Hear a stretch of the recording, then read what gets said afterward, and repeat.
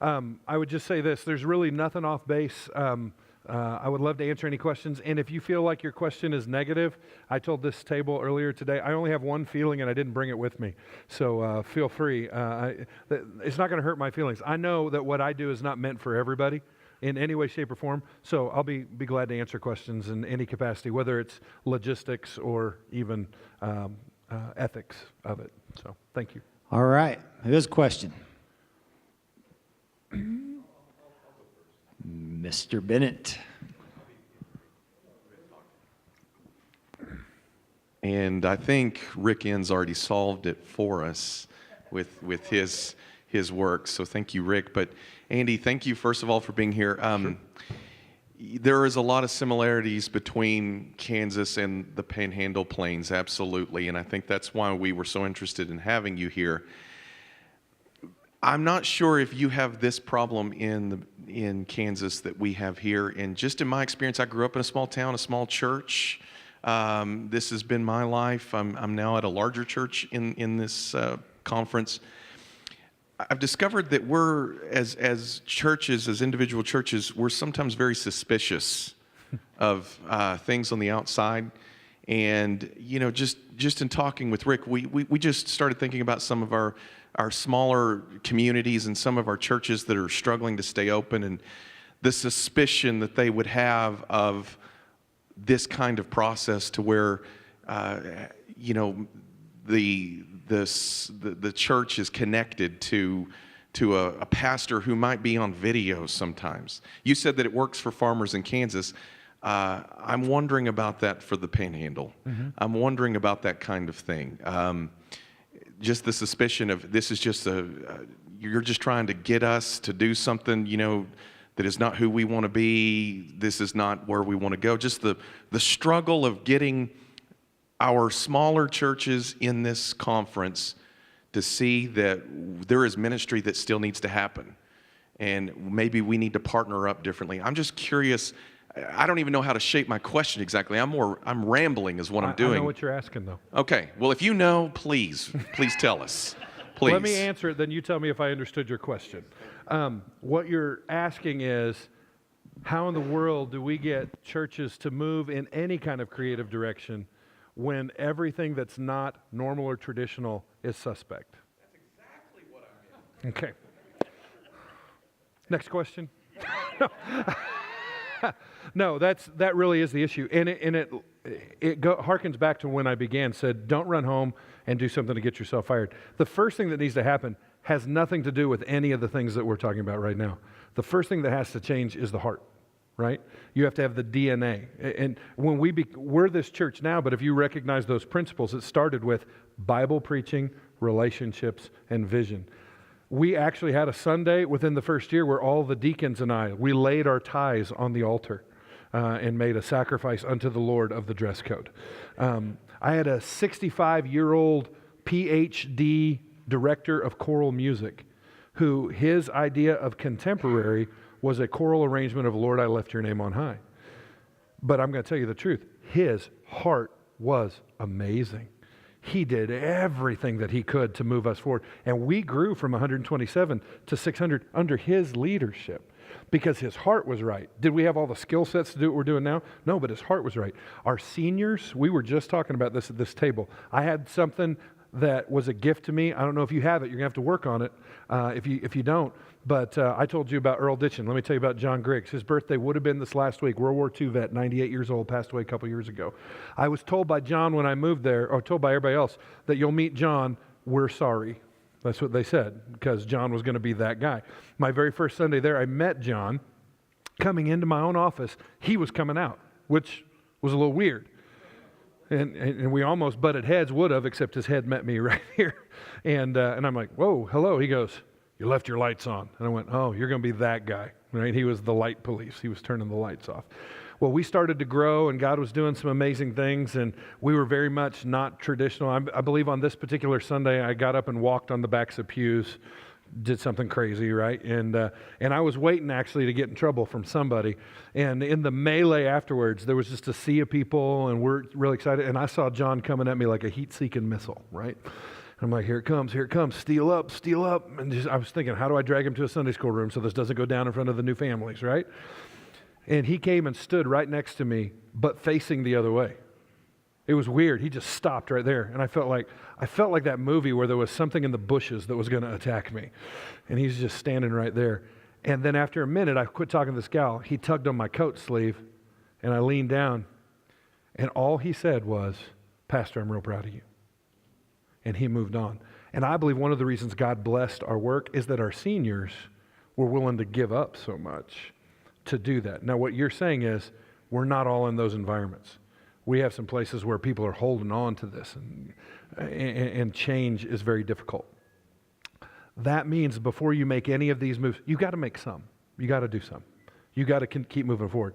But before you do that, if I could confess to you, I've only pastored 2 churches. One was in seminary, and one is the church I'm pastoring right now. In the 4 years I was in seminary, I worked in an inner city, just difficult, downtrodden, 100-year-old Southern Baptist church with stained glass walls and shotgun facility. And when I got there, they had 60, 70-some-year-olds. That's what they had. And they hired me as a youth pastor. First of all, that's not smart, right? Because you had no youth unless the grandkids were there to visit. But I eventually became the pastor of that church. And we grew that church to 470 in the inner city with a median age of 35, which was great. Moved away 2 years later, they were back to 60, 70-year-olds. What I did wrong there was I was a cowboy who drove cattle. What I learned to do well is now I am a shepherd that leads sheep. And there's a huge difference, isn't there? A cowboy fires a gun and scares the cattle into going the right direction. Sheep trust a shepherd and will listen to his voice and follow him. So the one critique I get more than anyone else, and this is not what anybody in this room wants to hear, the one critique I get more than anybody else is that I am so slow. I mean, my staff was like, make a decision. I go, already made it. But we're not going to pull the trigger on it yet because we got a lot of stuff to do. And you say, well, but we need to do it now. No, you don't. You need to pastor the sheep that God has given you right now. And you need to bring them along. That's why, did you see, this is the lesson from the first 15 years. Actually, as of last November, I've been there 16 years. And I believe beyond a shadow of a doubt that most of us, I'm going to get in some Methodist business right now because y'all used to move around a whole lot, right? They used to put you in, put you out. My pastor served my congregation when I grew up for 42 years before he died in the driveway. 42 years. And when I told him that I was going to pastor a church, he said, no, you're not. I'm like, what do you mean? He goes, you're not going to be pastor until you've been there 8 years. And I'll be straight up. When I hit that 7th year, it was like magic happened. I was a Harry Potter of the church. It was crazy because everything changed, the way people talk, this and that. There's some longevity to it and taking your time. And I hear it from my staff all the time, well, let's just do it. And I'm like, hold your horses. And I don't drive cattle anymore. We go slowly. But when we make the changes, they're effective and they're well done. Are there people who are just not going to come along? At some point, if God's giving you the directive and the church is ready to go, there are going to be some people that just are not going to come along. But you don't want to just say, well, you're just not with God. You're just not on board, so we're going to sacrifice you. I would say this, make changes, make them slow, do everything you can to not be a cattle driver, but be a sheep herder.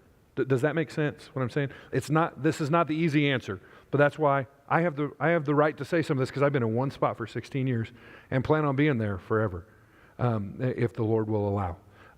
In that same vein, trust that if you're doing what God wants you to do, that He's never slow, He's never late, right? We changed the name of a 40-year-old Southern Baptist neighborhood church. It's parting of the Red Sea, Jesus rose to heaven, changed the name of a 40-year-old Southern Baptist church. I mean, it's in that vein.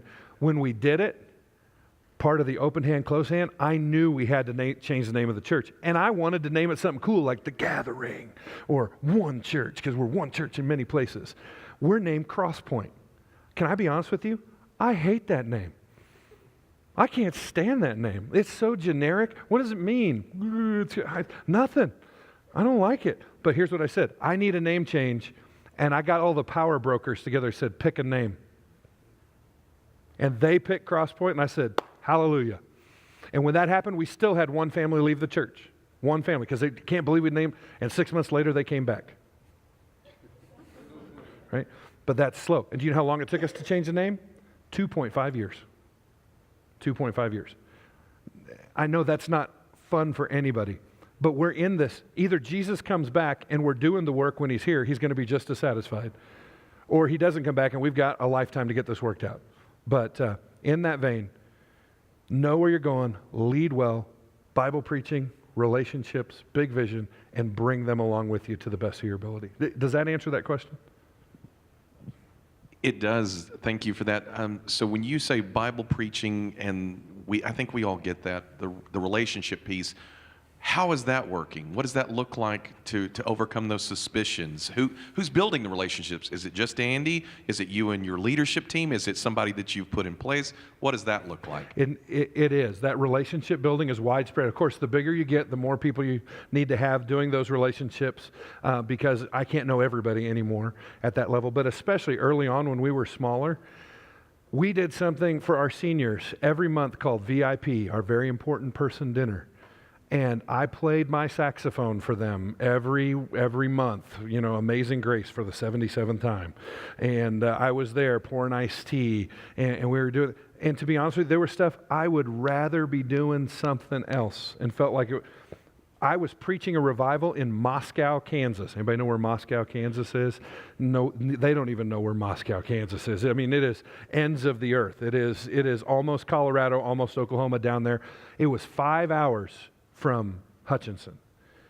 I had agreed to play my saxophone and give the devotion at VIP for the 100th time, and I got my calendar wrong. I was going to be in Moscow, Kansas. And do you know what I did? I drove back. What's that? You went to Moscow, Russia. I did not go to Moscow, Russia. I preached a revival Monday night. I got up at 4 o'clock in the morning, and nothing godly happens at 4 o'clock in the morning. Remember, we've talked about this. I drove all the way back so that I could be there and help serve ham and cheesy mashed potatoes and play my saxophone. And then I got back in my car and was back for revival services that night. And that one move, I'm telling you, you never know what it is. That one move, there were 2 families who said, "That's amazing, Pastor." And I won them by doing that one thing. Does that make sense? So, yeah, but it's got to be across the board. Now, if you've got staff members who you're working with and they're not doing that with you, then you need to have a serious talk with them, because they will undermine you. Because every staff member you got working with you, in their mind, is an extension of you. And if they confront you and say, well, they're mean or they didn't do this, and you didn't do anything about it, well, then you're just as bad as them. And it's really tough. But there's a double standard in leadership, and it's a God-directed double standard in leadership. When we signed up for it, we just signed up for it, right?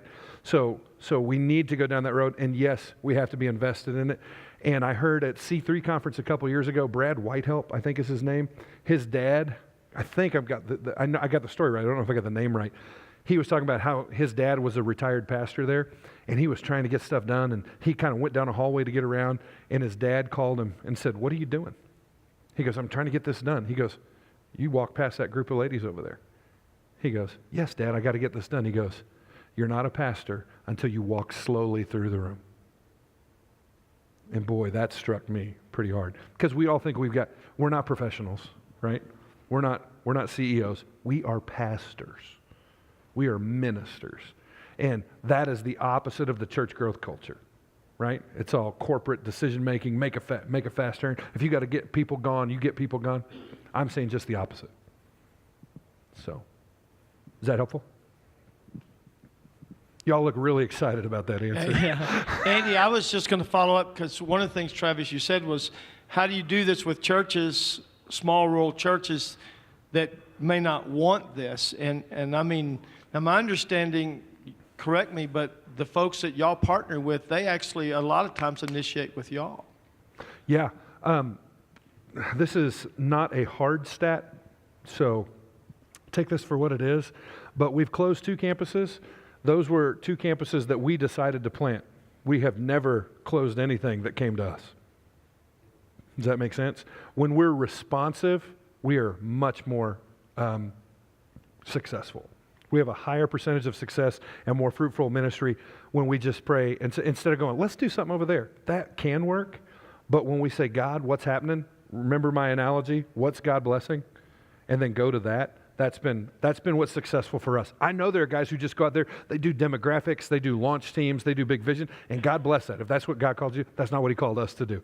What we do is we lead sheep and we rescue damaged pets. If I could say it that way. You know, it's kind of a rescue. Is that on with what you're asking? Yeah.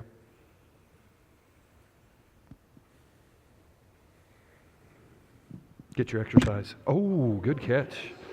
That was pretty impressive. I'm not even going to try that. This kind of ties in with what having grown up and pastored really small churches. How are you guys resourcing the worship part of that? A lot of those churches have the same lady who's played the organ for 50 years, and her art may be great, but there's really literally no talent to move them beyond what they've been doing, or even move them much off of that at all. How much do you resource? I'm looking at those numbers, and they're pretty spread out. I mean, yeah. Are you trying to send teams there? Does any of that happen? I know the video of the preaching is resourced directly, but what do you do with the on the worship worship part? side of things? That's a great question, and it's been a growing thing for us as well. But let me tell you where we've been. We currently, right now, this day, this weekend, if you go to some campuses, we'll have full-blown worship with bands and tracked accompaniments with, they're doing in-ear monitors, they're doing the whole shebang. Then we've got places that it is mom and pop, gal on a piano and a guy on a guitar, and neither one of them should be doing that, but that's what they're doing, right? In Plevna, which is one of our level 3s, they're still doing YouTube worship, where they're playing the iDVD stuff. You go, can God honor that? Well, I've got a phrase. I'm going to use this phrase. If you use it against me, I'm going to come down on you in Jesus' name. I just need you to know that. But I use this phrase all the time. My staff hates it, but it's true. Excellence is relative. What is excellent here is probably not going to be the same. You don't have to do what you do here in Big Springs. Does that make sense? Did I say Big Springs right? Is that the right place? What's it? Big Spring. For us, what we do in Hutch, if you tried to pull that off in Waukene, they would think that's showy and stupid. They wouldn't want anything to do with that. But there, it's a whole other level. So we've got mom and pop kind of stuff. We've got somewhat good. We've got really good. We got all that in between. What we have now as a resource is that in the last 9 months, we have started taking the Crosspoint Hutch, which is our broadcast center worship, recording it and doing post-production so that it is not just the house sound, which often isn't good, it's as close to album sound as we can get, and we're embedding the lyrics on it as lower thirds and making that available to any of our campuses who choose to do that. And instead, here's what we found out, they didn't want whole services. They didn't want the whole worship set because they need to have an offering and this and that. So we do them song by song, and a pastor can go in and select, I want this song, I want that song, I want this. And we're creating a library of our own performance that they can use as their own. So we have all those options, but don't disrespect the small things. In Plevna, where they're doing iWorship DVD, which sounds crazy, they're a farm community where the gathering there is larger than the number of people in the incorporated township, right? And they sent, I think, 25 college students overseas last summer. And their worship is with iDVDs. How Low a Rose Ere Blooming was there the last time I was there. I'm like, really? I didn't know that they sang that song when they wrote it. So did that answer the question?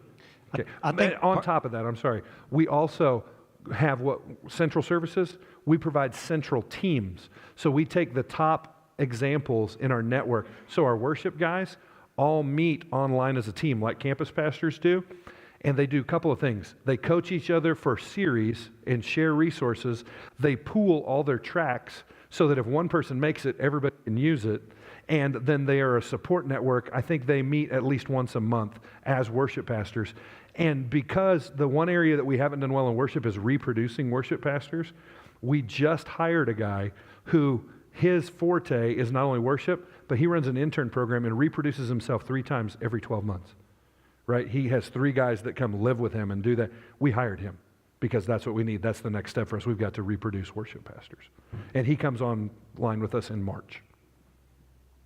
Is that helpful? Thank you.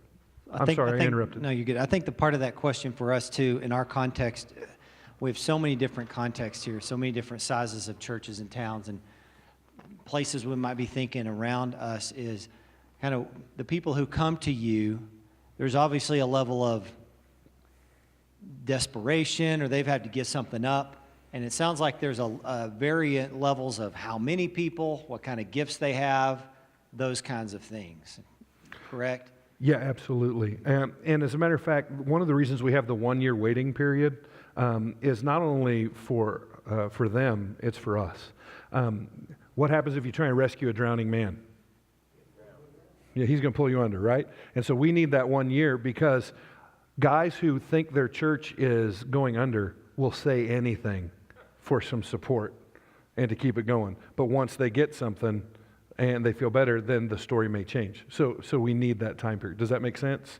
So we want to give that time period. Then they're coming with all kinds of different things. The part that protects us is they may come in and they have great resources, or they may come in and we find out, oh, your books are messed up and you have a level of debt we can't handle. So you're going to have to stay level 2 till you get that stuff worked out. And we'll coach you, but we're not going to take on that liability.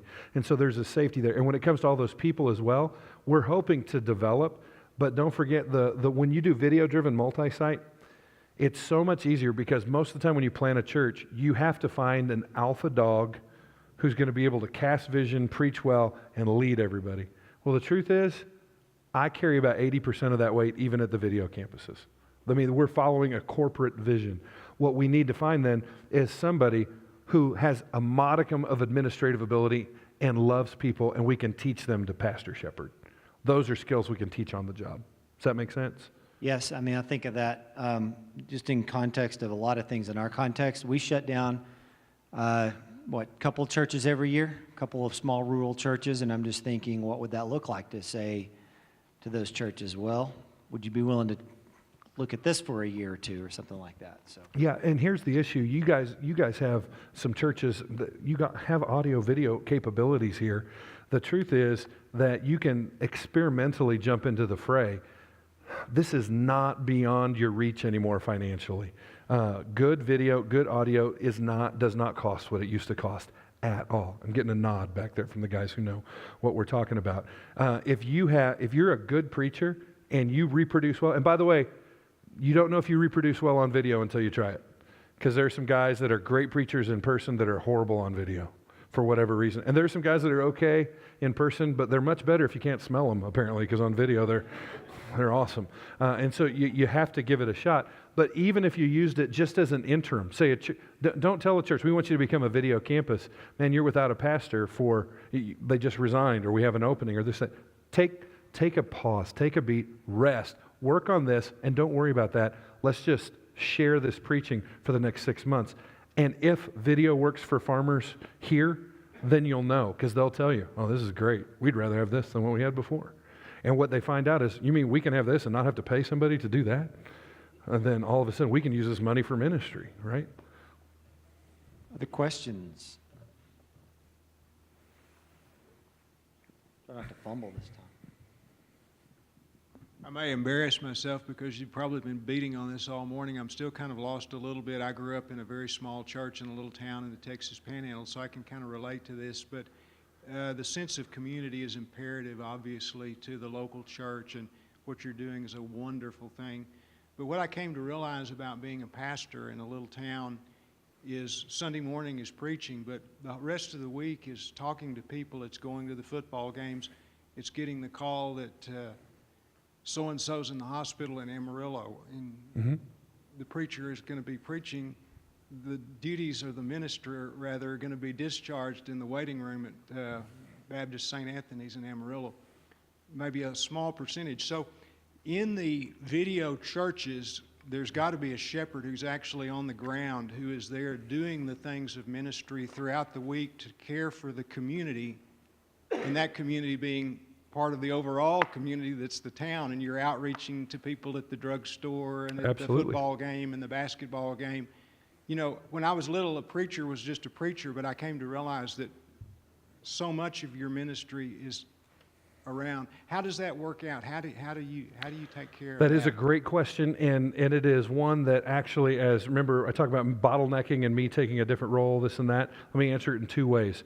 Number one, every campus has to have a campus pastor. I am not the pastor. I pastor the smallest congregation. I pastor the pastors of Crosspoint. I meet with them every week. I do a devotion. If their kids are sick, I want to go and be with them. When they have needs, I'm going to be with them. They pastor. And when I visit our other campuses, even the place where I live, my favorite phrase is, well, you need to ask the pastor that. Because I'm the preacher. I am the teaching pastor at our church. They have a pastor who loves on them and knows them and is going to the football games and doing all that. Now, do I get caught up in some of that? Well, sure. And I hope that I never get to the place where I'm not going to have the heart to do that. But I have to take second seat to Shane, to Paul, to Michael, to Micah, to Ryan, to Pate, to Matthew. I mean, I have to take that second seat to them because they're the pastors. They are the face with the place. When I'm there, I'm a guest in their house, right? So that little town, I don't know which it was, way out on the western part of Kansas, there's going to be a shepherd like that. His name's Brian. Okay. Yep. And they're meeting at the city library. Okay. And he drives 30 minutes to be in there because they can't afford to pay him because there's only 8 of them. But he is loving on them and he is doing everything. And you know what? When I used to, because they had a gap for about 6 months, I was getting calls from Joaquini all the time. I was so sick of seeing Joaquini show up on my phone. But then Brian got there, I haven't had a call since Brian's been there because he's pastor in that place and they're going to him. And so it took a while to develop the culture. The hardest place for that is in whatever town the speaking pastor lives. Because you have to constantly, you're constantly kicking them back into play. Go talk to your pastor. Go talk to your pastor. Go talk to your pastor. But you're the pastor. No, I'm the preacher. Go talk to your pastor. And there has to be some re-education there. The other part of that makes it easier for me, and it just depends, I'm not a good pastor. If I could be honest with you, that requires compassion and love and all that kind of stuff. And those are not my primary gifts, right? I'm a leader, teacher. I told you I'm an introvert. If you take the MBTI, you know, I'm 21 out of 22 on the introvert scale. You say, well, but you're up there talking. Yes, introverts can talk to people. It just drains us. I'm going to get on the plane and be so thankful I'm done with you people. You know what I mean? Because that's who I am. And because of that, our congregation, I joke about it, and I say, I'm not a good pastor. That's why you have a good pastor. And the joke is, if I come to the hospital, you're going to die. Things have gotten bad if I'm showing up at the hospital. So legitimately, a couple years ago, I showed up to go see Miss Pat, who's a gal before we worked campuses or whatever. She'd been with us, and I walk in the room, and she looked at me, she goes, "Get out!" So the answer to your question is 100% yes, you have to have that pastor. The benefit to doing in rural America is that it is hard to get a qualified preacher who gave years at seminary and has thousands upon thousands of dollars worth of debt to go give his life in Concordia, Kansas. But it is easier to get somebody who has a heart for people, who is willing to pastor, even if he has to have another job. He'll be there, and he lets me carry the weight of preaching. Plus, he doesn't have to do all the prep. He is 100% just there to love and disciple people. That's what he does. Does that answer? That's it. Thank you, brother. Right. This is fun for me, so hope it is for you. No one's asked anything hard yet. Oh, no. Here we go. So, Methodist context, and we were talking about suspicion and how do you get smaller churches to connect back to others. I don't think we even think that way. So it's not even in our realm of vocabulary that a small church would try to partner or find someone to help. How can we get over that in our context? And I don't know if you know the answer to that. Well, I don't know if you know this. I'm Southern Baptist, and the thing that makes us Southern Baptist is not theology. There's really only 2 things that draw us together theologically. Local autonomy of the church and priesthood of the believer. So you can walk into a Southern Baptist church and they be all over the map theologically and still be Southern Baptist. What draws us together is that we are part of the cooperative program. We are bound together by missions and mission-giving dollars. Now, the irony of that is that we are about as uncooperative as any people that there are, and we are bound by the cooperative program. So how do you get to the place where that happens? Well, I will tell you this. Let me give you the negative first. I was asked, did an interview with a seminary student for the Lexington Baptist Review, and I was apparently having a bad day because I was honest. And he said, and I got in a lot of trouble for this quote, but I'll still stand on it. I know so because I'm going to say it again today. What is the biggest obstacle you have to planting churches as a multi-site? And I said, other churches. They're ugly and negative about you coming in anywhere, the territoriality and the name calling and this and that. Second, what is the number one thing that we are working on to help us in this arena? Again, you call them district superintendents, we call them domes, to get them on board with the fact that I don't know how putting a church in your area is going to hurt your work. Why do you keep stonewalling us on this? So this has been a battle. Other churches and denominational entities that have made it difficult for whatever reason. Why do you not want this to happen? So what we have done is we've just given everything away. And the more we give it away over time, and people say, they did give us that, and they didn't ask anything of us. We did get help from them, and then they walked away and didn't require anything of us, that they supported us. And like right now, we've grown enough that in our Central Baptist Association, which is where a good chunk of our churches are, it's 10,000 square miles from the Oklahoma border to Nebraska, 3 counties wide. It's a big, big area. We are 57% of the Central Baptist Association budget just because our missions giving is there, right? And after years of that, here's what happened. The director of missions bought a party trailer so that your VBS could have blow-ups and a popcorn machine and a PA, and it didn't cost you anything. Isn't that great? So you're a small church, you can go rent the party trailer. Well, then the second year, we got another one. We had 2 party trailers. And at one of our annual gatherings, where multi-site had just been bad-mouthed and somebody was kind of giving me the stink eye through the corner, and I just learned to take it. I don't care. I'm not going to be judged by you anyway. What can you do? Kill me? Remember? That's all that can happen. Our director of mission got up and said, hey, I just want everybody to know, we have our second party trailer. And we couldn't have done it if we didn't have a surplus. Thank you, Crosspoint, for what God's done through you. And there was that moment. I was like, yeah, boy. But what it did, it's a long, slow. Christians and churches are territorial and needlessly worried. We're competitive, and we don't need to be. And you can't do anything about it, and I can't do anything about it, so all we can do is prove ourselves and let God change hearts. Does that make sense? So I don't know about your denomination, but I would say the same thing about ours. We're called a cooperative fellowship, but we fight and scrap and do all this. And it's little by little, experience by experience, all of a sudden somebody says, no, that's not who they are at all. Here's what they did with us. Here's what they did in our association. And I think you just have to win them over. Yeah, I don't have good answers. I don't have quick solves to anything. It's a long, what is the definition of discipleship? A long, slow walk in the same direction, right? And what is real church growth? It is not an overnight quick fix, this and that. It is a long, slow walk in the same direction. So that would be my best answer for that.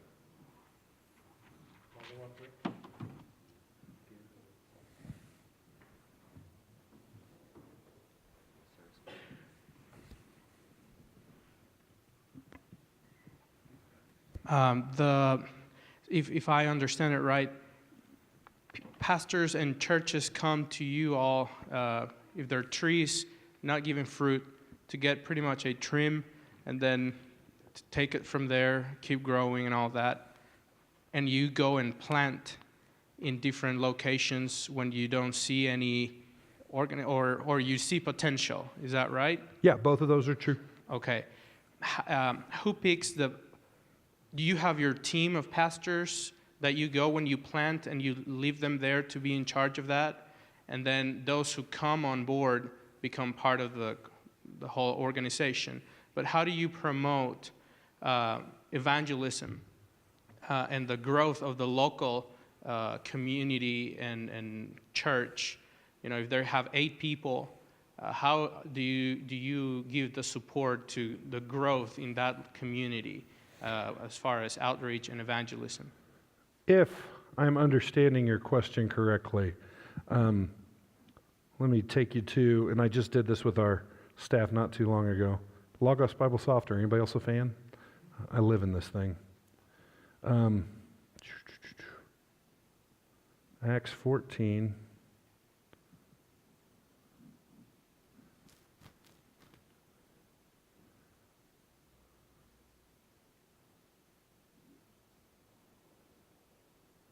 That's not it. Oh, there it is.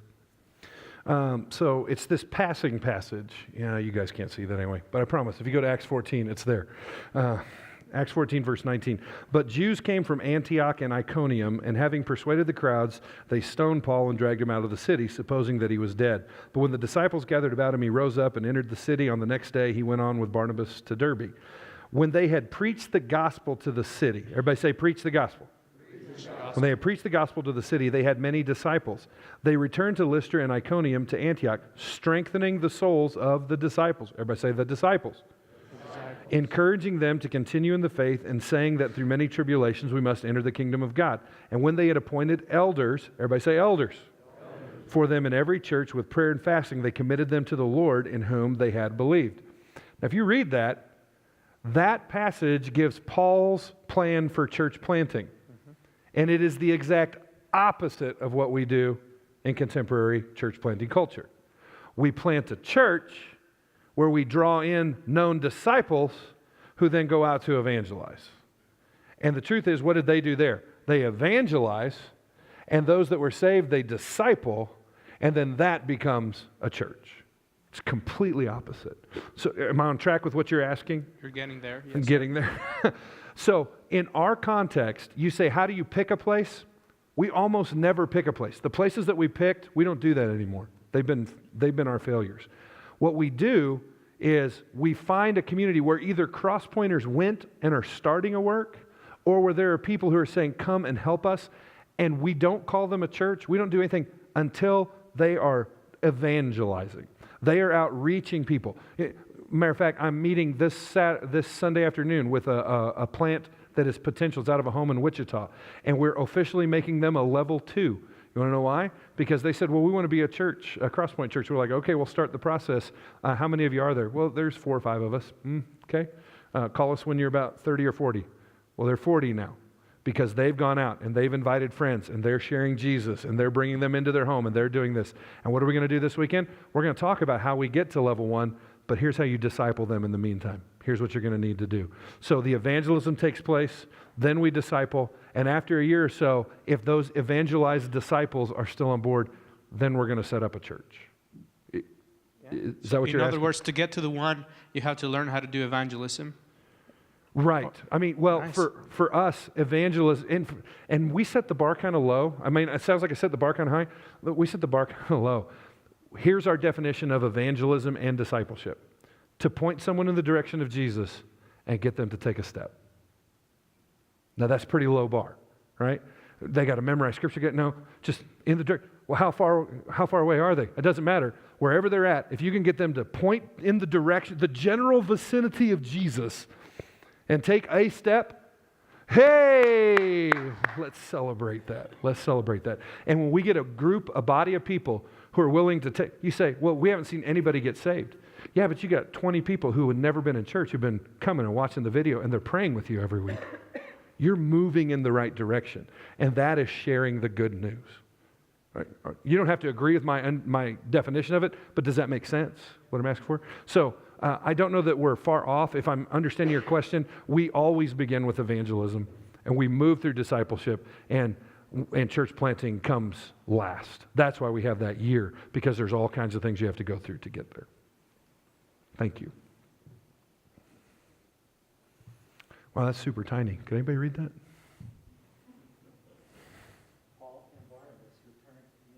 Oh my goodness. When You're they not- pass through, He's not 40 yet, is he?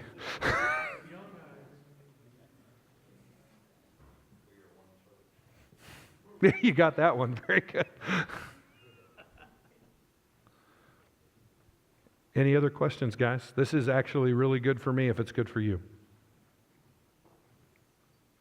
And I don't feel I like have a anybody's been brutal question. yet. my question is, okay, so mainly you're kind of waiting on people to come to you now. We are very You don't really responsive. go out as much anymore. You were looking And- for something in Wichita. Right. So Matter of you fact, were going out at that point. Wichita, McPherson, Abilene, and Fort Hays State University. These were the last time, it was 2 years ago, we said, let's go do something out there. We don't think anything's going to happen in a couple of those spots. I may cross a line here. Since you're not going to be controversial, I will. Wichita is probably going to happen because we have a number of people who are working on that. And the issue is, even though we said we want to plant there, we wanted to plant in Wichita because that's where everybody moves looking for a job. So we already had a bunch of cross-pointers who were there who were asking us to do that. So that's really cheating. It goes back to the old model, right? So I think for us then, I think what I'm kind of, where my wheels are turning is there are times where we have a church. I mean, you could have like any churches in Lubbock look around at some of the smaller churches around us and we think that might be a great place to partner. You look at all the growth. The southern school district in the Lubbock area is Cooper ISD, and it's gone from a little bitty school shooting up to it's already what we call a small 5A school. Yeah. It's about 1,400 in their high school alone now, and it's just going to keep going up. And so we're thinking, we want to get out there. We don't want to wait till someone gets desperate enough to come to us. Is there anything you can help us as we think about reaching and making partnerships in that way? We have several district superintendents here. They're probably the ones who would go to existing churches there and help them to understand maybe how a partnership would be a great thing. Mm-hmm. And that's what I'm kind of feeling as I'm looking at the district superintendents. I'm thinking they might be able to cultivate that desperation to come to us, but when we go somewhere else, I guess y'all just don't do that anymore, right? Yeah, but that's because we're different models. Remember, there's not one way to do this. What you're talking about, and I don't mean this in a negative at all, that's called dumb growth. When you move to a community that's growing and you're putting a church where there's a housing development, yeah, you don't even have to win people to Jesus in that environment because there are Christians who are there. And so you can start with them. And that's a different model. That's not a bad thing to do because you're going to need a church there. What we do, though, is we're moving in places where there is no economic stimulation, where there is no growth. And so we're having to go in and do it in a different place. So I think what you're saying definitely needs to be done. Especially churches with resources can do that. But that is just a different game. That's not what we do. Now, in these other areas, I haven't given you any quick fixes or any, this will work overnight. Can I give you one? Let me give you one. This is from behind the back that I probably shouldn't be sharing with you. But if you've got a group of people who you know are going to be moving forward and they're going to be doing well as a church, and you want them to partner, but you can't find any churches in the area that need to partner, find a similar church that is on its way on a downward spiral. And go to them and say, we'd like to help you by renting your facilities in your off hours. And that way we can help you because we need the space. And you have to commit to Saturday nights or Sunday nights or Thursday nights or whatever. And let me tell you what happens. If you do it right and you love them and you put up with them and you put them first, do you know what happens as they start to decline? They learn to embrace you. You become their child. And in that context, in the scope of 6 to 8 months, almost what happens every single time is that they're like, why don't we do this together? So I'm not saying it's manipulating. I'm just saying it's that easy. Yeah, that's actually helpful. So what all does your central services do? So you have all these different churches. So what is central services? What do they consist of, and what they do for all the sites? Central services do everything that is corporately produced. So the three guys that do it, we just joked about it. If you want to get online our podcast, if you go to this website, crosspointnow.net, under messages, CPXL podcast, we just interviewed this last week. It's the most recent one, the executive team, and talked about our roles. And we refused to give our job positions because nobody's doing just their job position. It's just crazy. But Eric is, imagine if everything I'm saying for central services, your local pastor didn't have to do any of this anymore. That's what you have to keep in context. HR, insurance, legal, leadership development, and continuing education. Brendan does all tech, web, church communication, graphics design, series promotion, and all weekend notes and distribution and weekend materials. Myself, I do all pastoral training, I do content production, I do all print materials, and I am the liaison to all outside agencies. So what does that leave? I mean, because we're actually literally producing the material and handing it to them. We just launched a church-wide financial peace university thing, right? To which every bit of it was administrated, all purchases were made, all the orders were taken at Central Services. So the pastor's main job was to open a box and hand it out on Sunday morning. Does that make sense? Yeah, it don't make sense. Yeah. Yeah, so that Central Services tries to do all the stuff that leaves everything but the ministry to so like if you're in Waukene and you got somebody who wants to do childcare, you know, oh, I have to get a background check done. No, you don't. I have to send you this link because all you have to do is go in our database, childcare, and it sends it to them, and then they fill it out, and then you get notified they cleared. I mean, how easy is that? So that's what Central Services does. Cool. Are you stretching? Guns up? To change slightly, you say, all your locations need a building, and we have a lot of buildings. A lot of them are falling apart. But what do y'all do when you go into a building? How do you evaluate and figure out some of those do you take a lot of old church buildings? We're beggars can't be choosers, right? We have all kinds of stuff. Osawatomie right now, we can only use 2/3 of the building. We have to shut off the rest of it because of mold. And until we can get to a financial place at that location where we can handle it, then they're going to have to exist in that 2/3 of the building and do the best that they can with what they have there. Salina is now moving into a multi-million-dollar facility with 64,000 square feet with its own interstate access. And how is that? Somebody in the congregation bought it for them, right? And just gave it to them. So they're always different. They're always different. We have a couple of places. Concordia had been in a movie theater for 5 years until last fall. And last fall, they moved into a storefront. And it's not great throughout, but the space that they're occupying is super homey and really good. The only thing that they had to give up on was when they were in the movie theater, they had the best screen of anybody in the Crosspoint network. I mean, I was great looking from what I understand. And they also, the owner of the movie theater went to church there, and he would turn on the popcorn for them. And so for 5 years, it was church and popcorn is what it was. It was pretty cool. So it's hard for me to answer that question because it is completely, excellence is relative. It is completely relative to that body and the building that we're working with in that place. But we have some real hoopties, and we have some great opportunities as well. Over there. Real quick follow-up on, you may have covered this, but financially, is every campus financially do they have their own pockets and pools, or is it all centralized? Everybody has their own budget, but we centrally account and centrally budget. So there is a Crosspoint Salina budget and a Crosspoint Hutch budget, this and that, and it's related to what you bring in. The ideal goal is that after 3 years, you are self-sufficient. If you're not, we'll put you on a game plan, but if after 3 years you're not making progress, that's why we've closed 2 campuses, because they weren't making it. Ideally as well, 15% of your budget goes to Central Services. Plus, on top of that, we give 11% to missions off the top. So a campus then has to live, 74%. Yet, you're not paying, that is paying for some things that aren't coming out of your budget, right?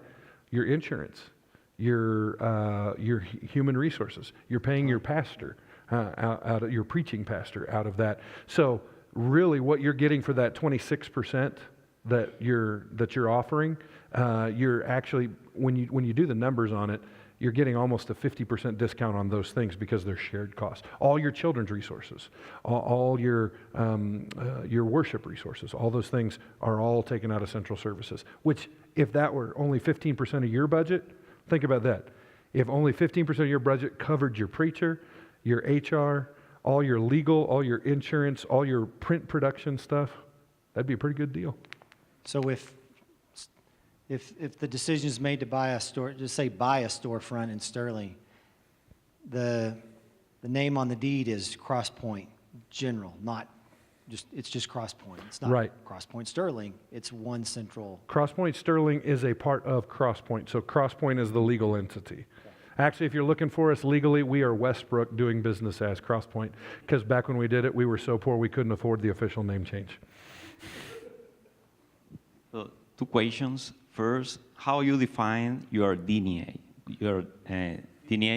DNA? DNA. Second, how much do you think that you are saving in money with this project? Okay. The first question is, how do I define DNA? The DNA for us would be the way a cross pointer would act if they were no longer connected to our church. Right? If they weren't under the direct supervision and they weren't with us, how they act is what the DNA that we've produced in them is. Now, if you want to ask what the elements are, the elements of our DNA are directly related to a bunch of our phrases. We call them value statements. So we have about a dozen different things. Do much with little, tithe the community, excellence is relative, all those kinds of things. But the DNA is the natural way a cross pointer would behave because that has become who they are. So that's how I define DNA. Does that answer that part of that question? And then how much do you think we're saving? Well, just give me a ballpark out there. A church, is there a church out there running 200 or 300? Somewhere out there, 200 or 300? Do you know what your annual budget is? 550,000. So 550,000. Let's just say that there were 13 of you at 500,000. So $500,000 times 13 is how many million? 6.5 million. I looked at you because you did math earlier. 6.5 million.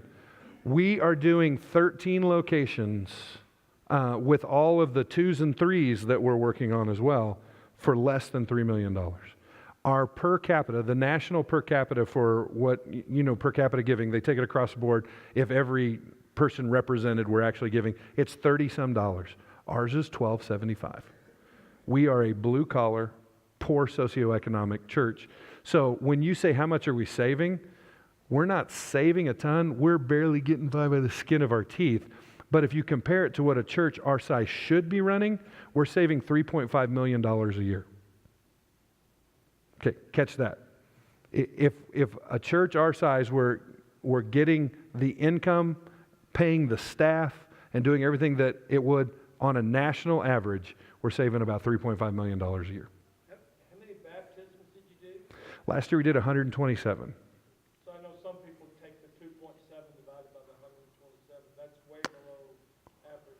Yeah, I heard this at an exponential thing. The average baptism globally, if you take the global church budgets divided by the amount of baptisms, the average baptism costs $700,000.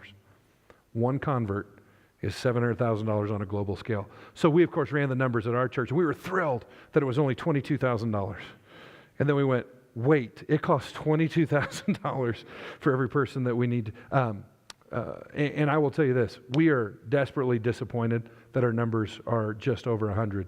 We believe that we should be seeing hundreds of baptisms every year. But if you're familiar with the old Rick Warren models of community, crowd, congregation, committed, core, the average church in America, first of all, the average church in America, 90% of churches in America have less than 100 people. And you know why that is? Because one person getting paid full time can average take care of about 100 people. That's the limiting factor. It's because we've budgeted ourselves into a place where pastors have to do all the work, right? And they're doing all that. So the average church is 100. So if you're a 100-member church, you're not a small church. You are an average church, right? That's where it is. Gosh, I almost forgot where I was going with this. So what were we talking about? You're doing the core. Oh, yes. Thank you. I completely lost it. So in those of the 100-member churches, 90% are congregation with 10% in the crowd. In our context, we're above the Bible Belt. Our membership is far below our attendance. We are 40 to 50% crowd. We have unbelievers all the time who are just coming and checking things out. Or because it's Hutchinson, Kansas, what else are you going to do? Nothing's open, right? And so our crowd, they're not giving, they're not serving. They are our evangelism pool, and believe it or not, they're coming to us. So it's a different number. We're different in that, but it's by design. We became that church that draws a crowd without being too attractional, right? Because if you listen to me preach, ain't nothing attractional about the way I preach. We step on toes all the time. I'm always I got a Christmas card this last year, just a couple weeks ago. It was after Christmas. It was in the offering plate. Pastor Andy, beautiful Christmas card. Open it up. Oh, there's a letter. Open it up, and it was railing against me. And they used a Christmas card to sneak it in to make sure that I saw it. So, yeah, I think that's part of it. It's the fact that we have such a large, disproportionate crowd. Hi, you just mentioned all the crowding, those kind of people.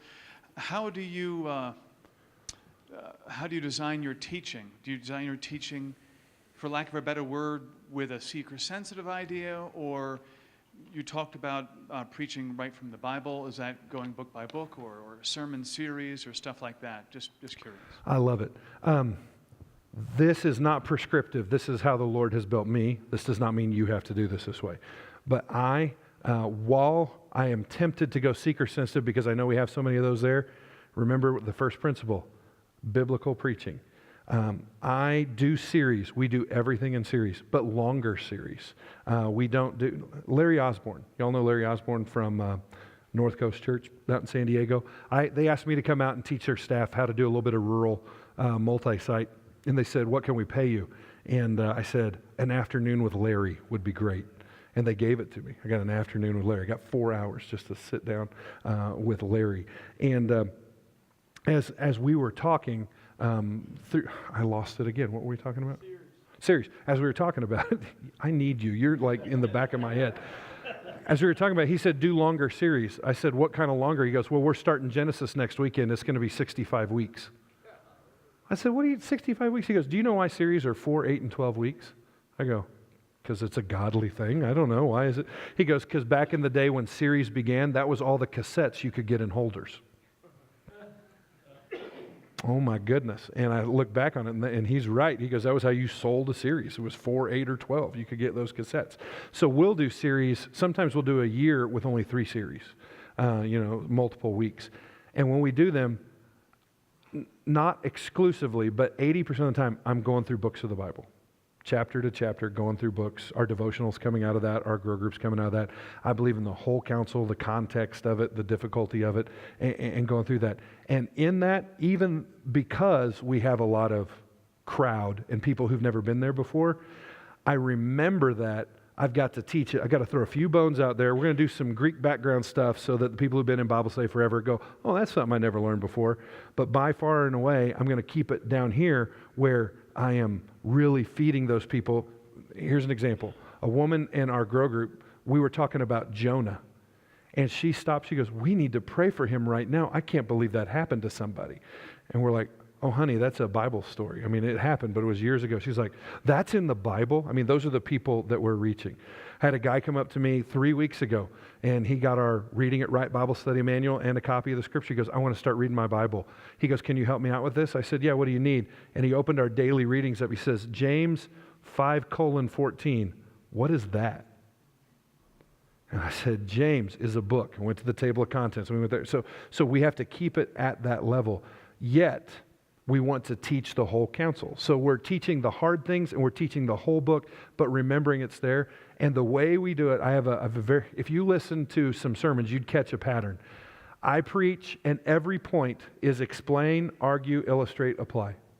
I'm going to do 4 things with every point that I make. We have one driving thread through the message. We may have 3 or 4 points, but they're all going to drive that same thread because I want them to know one thing and explain, argue, illustrate, apply. I'm going to do that for every one of those 4 points. And one of my illustrations every week, if I'm preaching in the Old Testament, it will be a Bible story from the New Testament. And if I'm preaching from the New Testament, it will be a Bible story from the Old Testament. Because what we found out because of Linda not knowing that Jonah was a Bible story is that these kids didn't grow up with children's church, so I do children's church every week. We do one Bible story in the message every week. So if you come to church, you're going to get a theologically sound message and a Bible story. You're going to back it up with grow group that is complementary on that passage or a passage that teaches about that passage. And then your grow group material is going to study your weekly devotional material is going to study the same passage that you talked about on Sunday and the same passage you did in grow group, but in context on the front and the back of it. Does that make sense? I preach 38 to 42 minutes. Unapologetically. Sometimes I go longer, and if I hear about it, I don't care. What Little, was you that? raising your hand as an amen, or you want the mic? All right, this will be our last question. Whole service is 1 hour and 15. Do you have a live stream that you do? And if you do a live stream, how do you interact with the people who are on the live stream, and what kind of follow-up do you do with them, or do you count them? Like, would you just talk about that in general, please? Yes, yes and no is your answer. I'm pulling something up for you here. We don't do a live stream in the onlinecrosspoint.now. Onlinecrosspointnow.net. Every Sunday at 11 o'clock, there you have it. This is our current series, Untangled. You'll see that in 2 hours and 2 days, 21 hours, 13 minutes, we'll start the next live stream. Over here, you can read the Bible and look up whatever passage we're on. This weekend's notes are already there with your ability to fill in the blank. And my favorite part is you can chat with every single person who's online. We call it a virtual pew, and you can talk to one another there. We didn't make this. This is free from Life Church. It's their open source software. All you got to do is plug in your details, and you can do this. It takes a little bit of savvy, but I say yes and no. This is our live stream on Sundays at 11, but it's not live. We committed years ago, 2006, the biggest change I ever made in ministry. It's been the hardest sacrifice my family have ever asked them to make. It's been totally worth it, but we committed to Saturday night church because there is no such thing as quality live stream in rural Kansas. So we cannot stream Sunday morning out. What happens is they get the spinning beach ball of death, and I have never one time frozen in a pleasing position. It has never happened. So, and so we record Saturday night. We do post-production on it. It is uploaded to Vimeo and YouTube, and our campus pastors will download it either Saturday night or Sunday morning from the ranch, from their house, before they take it to wherever the worship center is. And so they get last night's recording, which means that I have learned to preach. I never talk about time of day. It's always this weekend. I don't talk about the weather, and I don't talk about local sports teams because my campus probably played your campus last week.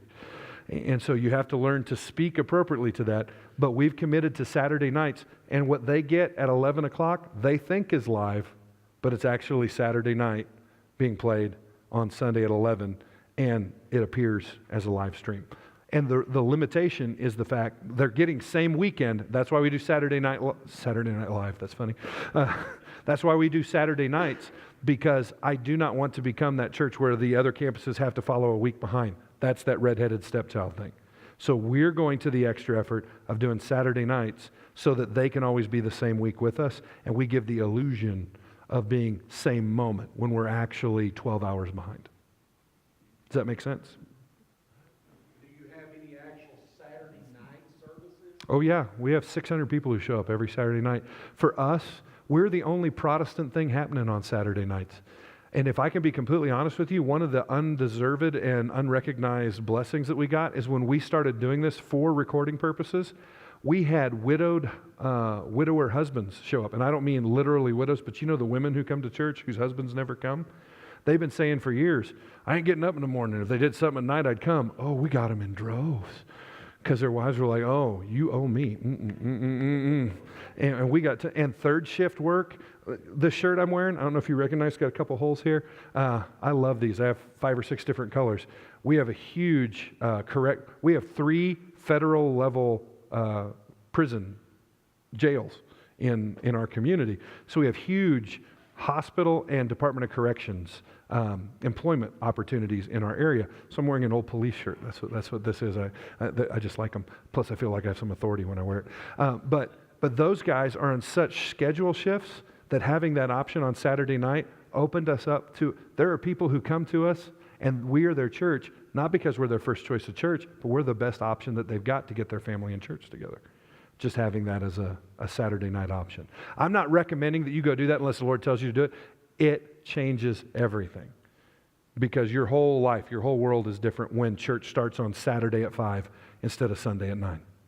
It really does. But if God calls you to it, and if you're in the rural context, I got to do it. And that is the service you're recording, put out for Sunday.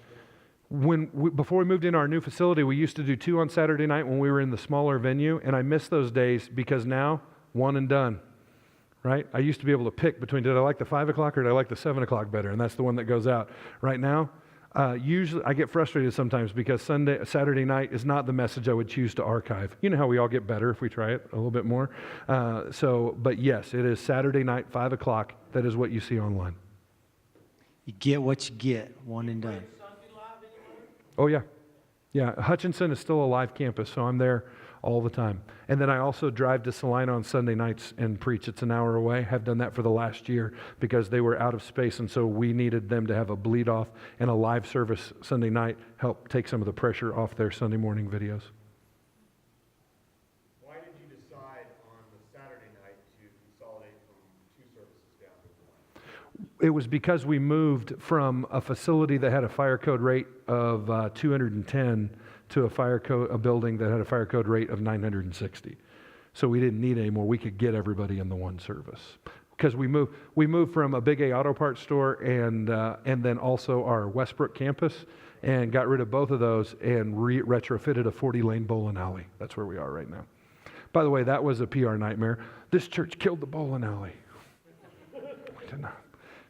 Him not paying his taxes killed the bowling alley. That's what killed it.